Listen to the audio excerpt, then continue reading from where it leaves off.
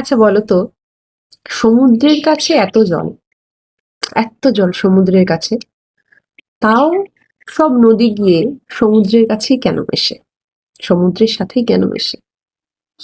এই উত্তরটা আমি প্রথমেই দিয়ে দিয়েছি। কারণ সমুদ্রের কাছে এত জল, তাই। এটা আমাদের সাইকোলজি, এটা আমাদের চিন্তা ভাবনার সঙ্গে অনেকটাই এটার মিল আছে।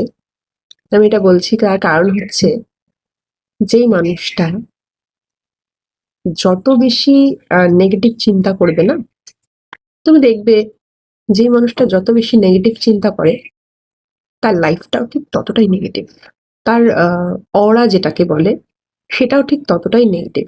আর যেই মানুষটা যত পজিটিভ থাকার চেষ্টা করে, যেমনই সিচুয়েশন আসুক না কেন জীবনে, সে সবসময় পজিটিভ থাকে এবং মানুষকে পজিটিভ থাকারই সাজেশন দেয়, মানুষকে পজিটিভ থাকার জন্য এনকারেজ করে, সেই মানুষটা দেখবে লাইফে সমস্ত কিছুই পজিটিভই হয় এবং তার যে অরাটা সেটাও পজিটিভই থাকে। আমরা হয়তো শুনেছি law of attraction, power of manifestation, এগুলো আমরা অনেকেই শুনেছি। অনেকে বিশ্বাস করে, অনেকে করে না, বাট আমি ভীষণভাবে বিশ্বাস করি।